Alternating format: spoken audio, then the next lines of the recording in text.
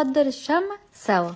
بصوا يا جماعه انا مش هضحك عليكم، انا بستغرب قوي صوتي في الفويس اوفر، بس حسيت ان انتوا حبيتوا الستايل ده من الفيديوهات اكتر، فعشان كده قررت ان انا اعمل لكم فويس اوفر تاني.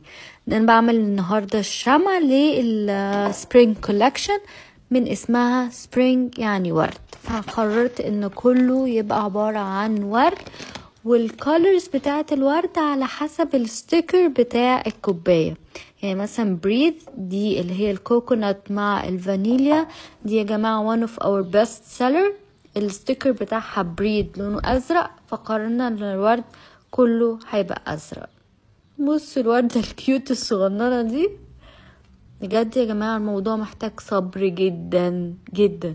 تعالوا اوريكم الورد والكولكشن كلها، وعايزة اخد رأيكم في موضوع صغير قوي.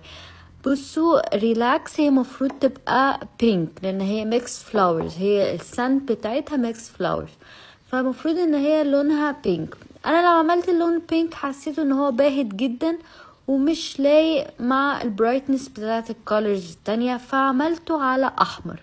عايزاكم تشوفوا في الفيديو الريلاكس، تشوفوا الورد بتاعها، لو عجبكم هنكيبت احمر، لو حسيتوا ان هو مش لايق قوي او قط ممكن تقولولي في الكومنتس ونغيرها واوريكم الفيرجن التانية منها اللي هي هتكون بينك.